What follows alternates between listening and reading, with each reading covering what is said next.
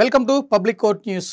కేంద్రంలో భారతీయ జనతా పార్టీ అధికారంలోకి వచ్చిన తర్వాత కేంద్ర ఆధీనంలో ఉన్న పరిశ్రమలన్నింటినీ కూడా ప్రైవేటు పరం చేస్తూ వస్తుంది.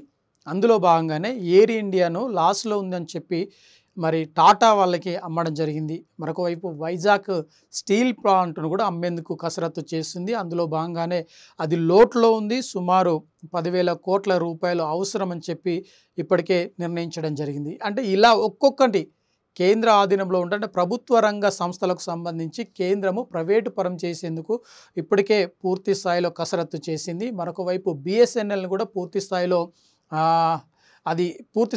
అంటే నష్టాల్లో కూరుకుపోయేందుకు ఒక రకంగా కారణం అని చెప్పి ప్రతిపక్షాలు ఆరోపణలు చేసిన పరిస్థితులు మనం చూసాము. తాజాగా సింగరేణికి సంబంధించి బొగ్గు గనులు అంటే దేశవ్యాప్తంగా ఉన్న బొగ్గు గనులకు సంబంధించి వేలం పాట నిర్వహించారు.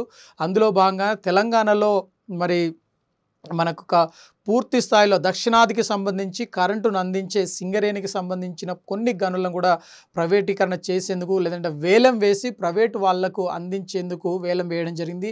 దీనితో ఇటు రాష్ట్ర ప్రభుత్వం పూర్తి స్థాయిలో అభ్యంతరం వ్యక్తం చేసింది. నేరుగా సింగరేణికి ఈ వేలాన్ని అందించాలి, కేటాయించాలని చెప్పి కేంద్ర మంత్రి అంటే బొగ్గు గనుల శాఖ మంత్రి కిషన్ రెడ్డికి ఈ విషయం తెలియజేయడం జరిగింది. ఈ నేపథ్యంలో తను పీఎం నరేంద్ర మోడీ దృష్టికి తీసుకువెళ్ళి న్యాయం చేస్తాము అని చెప్పి స్పష్టంగా వివరణ ఇచ్చారు. అయితే ఇప్పుడున్న పరిస్థితిలో సింగరేణికి సంబంధించి ఏదైతే ఇప్పుడు జరుగుతున్న మైనింగ్కి సంబంధించి బొగ్గు గనులకు సంబంధించి సింగరేణి ఆధ్వర్యంలో జరిగితే ఇటు ప్రభుత్వాలకు ఇటు వినియోగదారులకు అటు ఏదైతే ఉద్యోగస్తులునో వారందరికీ కూడా న్యాయం జరిగే అవకాశం ఉంది. లేదంటే ప్రైవేటీకరణ చేస్తే ఖచ్చితంగా 15 ఏళ్లలోపే పూర్తి స్థాయిలో తవ్విన తర్వాత ఆ బొగ్గు గనులు పూర్తి స్థాయిలో నష్టపోయేందుకు అవకాశం ఉన్నది, పూర్తి చేసే అవకాశం కనిపిస్తుంది. ఈ సందర్భంగా ఇటు ప్రభుత్వాలకు వచ్చే ఆదాయం కావచ్చు లేదంటే ఉద్యోగులకు కావచ్చు పూర్తి స్థాయిలో మరి నష్టం జరిగే అవకాశం ఉంది అని చెప్పి మొదటి నుండి కాంగ్రెస్ పార్టీ మరి ఆవేదన వ్యక్తం చేస్తున్నారు, ఆరోపణలు చేస్తూ వస్తున్నారు. అంటే ప్రభుత్వం దీనిపైన కేంద్ర ప్రభుత్వం ఖచ్చితంగా ఒక స్పష్టమైన వివరణ ఇవ్వాలి అని చెప్పి డిమాండ్ చేస్తున్నారు. మరొక వైపు కేంద్రము తీసుకున్న నిర్ణయాలు అందరికీ అనుకూలంగా ఉండాలి, అందరికీ న్యాయం జరగాలి అన్న ఒక ఉద్దేశంతోనే ఈ వేలాన్ని అందరికీ అనుకూలంగా అందుబాటులో ఉండేగా ఈ వేలం నిర్వహించినట్లు మరి కేంద్ర మంత్రి కిషన్ రెడ్డి స్పష్టంగా వివరణ ఇవ్వడం జరిగింది.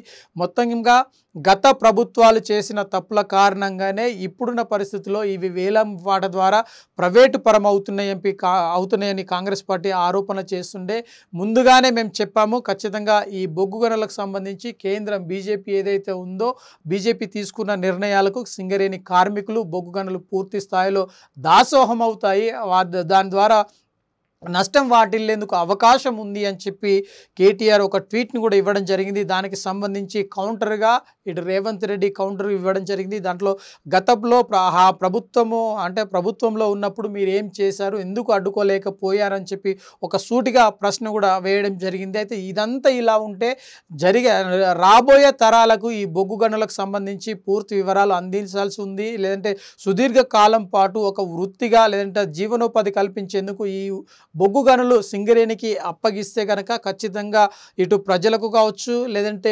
వినియోగదారులకు లేదంటే ఉద్యోగులకు కూడా న్యాయం జరిగేందుకు అవకాశం ఉంటుంది. సుదీర్ఘ కాలం పాటు ఈ సింగరేణి కొనసాగేందుకు అవకాశం ఉంటుంది. ప్రైవేటు పరం కనుక చేస్తే పూర్తి స్థాయిలో 15 సంవత్సరాల లోపు ఇవి క్లోజ్ అయ్యేందుకు అవకాశం ఉంటుంది. మరొక వైపు రిజర్వేషన్లు ఆధారంగా కూడా ఈ బొగ్గు గనుల కేటాయింపు జరగాలి అని చెప్పేసి రాష్ట్ర ప్రభుత్వం కేంద్రానికి వివరించడం జరిగింది. రాష్ట్రంలో కనీసం 2 బొగ్గు గనులనైనా ఖచ్చితంగా రిజర్వేషన్ల ప్రకారంగా వారికి ఆ రిజర్వేషన్లు వర్తింపజేసి ఏదైతే లబ్ధిదారులకు అప్పగించినప్పుడు అది సింగరేణి కావచ్చు లేదంటే మిగతా వాళ్ళకు కావచ్చు వాటికి కూడా న్యాయం జరిగేందుకు అవకాశం ఉంటుంది అని చెప్పి కేంద్ర ప్రభుత్వాన్ని కోరడం జరిగింది. ఈ నేపథ్యంలో ఇటు రాష్ట్రంలో కావచ్చు దేశవ్యాప్తంగా కావచ్చు ఒక చర్చ అయితే కొనసాగుతుంది. సింగరేణికి సంబంధించి ఇటు ప్రభుత్వం తీసుకుంటున్న నిర్ణయాలు అటు కేంద్రం తీసుకున్న నిర్ణయాలు ఏ విధంగా ఉన్నా సింగరేణి మాత్రం ఒక నష్టం వాటిల్లేందుకు అయితే అవకాశం కనిపిస్తుంది. ఈ నేపథ్యంలో ఉద్యోగస్తులు లేదంటే యాజమాన్యం